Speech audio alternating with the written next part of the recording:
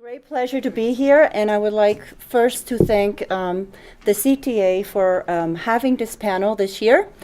We've tried to have it last year, but I was too late with my proposal, so thanks to you all. We are having it this year. It's never too late to start this conversation, I think. And we would like to start, first of all, introducing all the members of the panel. Our moderator is Nicole Michelle Desaget. She has been co-owner of Translingua, which has an office in New York and right here in Boulder since 2000.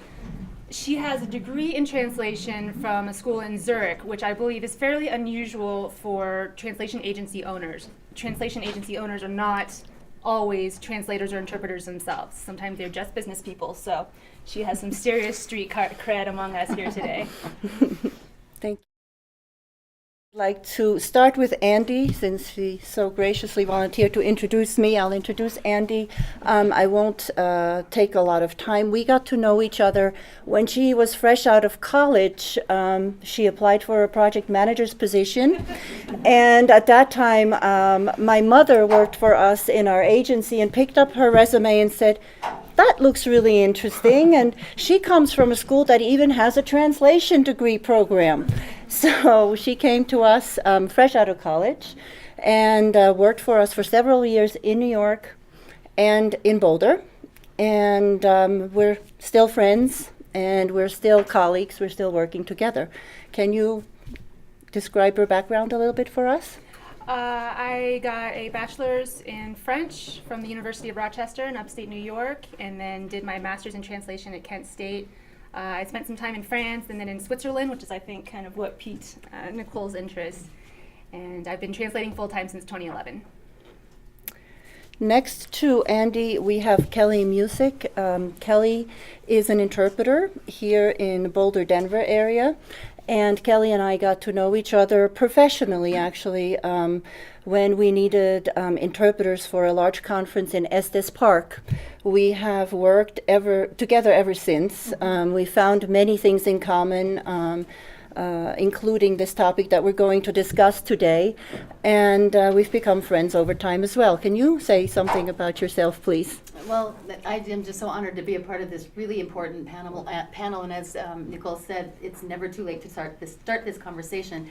My basic background is that I went to undergraduate school at Lewis and Clark College in Portland, Oregon, got a degree in foreign languages, and then went on to do master's studies at Monterey Institute of International Studies and then University of Puerto Rico. I actually trained more academically as a translator, but the world took me down the path of an interpreter, so I have a lot of empathy and kind of understanding of the life of translation, but am an interpreter voice for this panel, I'd say, and do a little bit of work kind of gathering momentum around some of the things in the interpreter world that you all are doing as translators.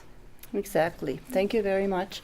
And last but not least, my colleague Stephen Lank here from Chesco. Yes. And we were actually connecting last year at this same conference for the first time.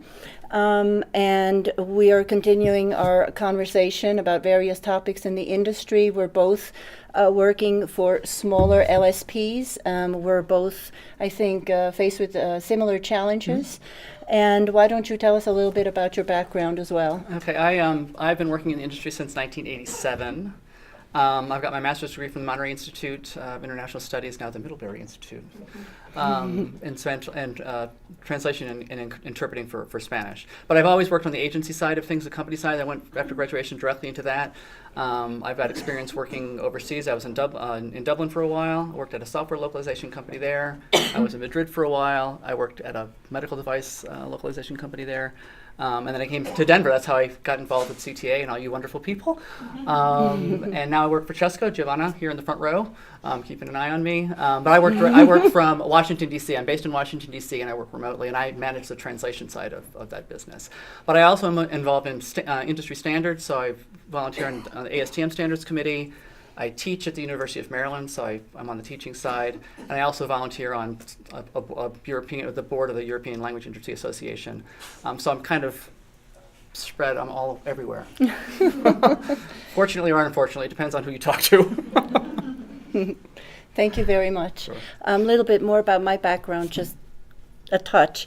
Grew up in Switzerland, multilingual environment, and basically learned 2 languages as a child, then was exposed to more at school, and pretty much knew that I wanted to be in language. Went to the Dolmetscherschule Zürich and got my BA there, and came to the United States. And pretty much very soon started working in a translation agency, then called the Language Lab. It was in New York. The Language Lab owners decided to retire in 2000 and asked me and another project manager if we wanted to take over the company. And we looked at each other, we're scared, and we said, oh my goodness, but we did it, we braved it, and here we are, we're still here. We're trying to develop the business continuously. We know our interpreters and translators very well because we're both from translator-interpreter background. My partner Ilaria is a translator as well. She does Italian, and she has also studied Chinese and Russian. So that makes us very close in touch with the industry, with translators.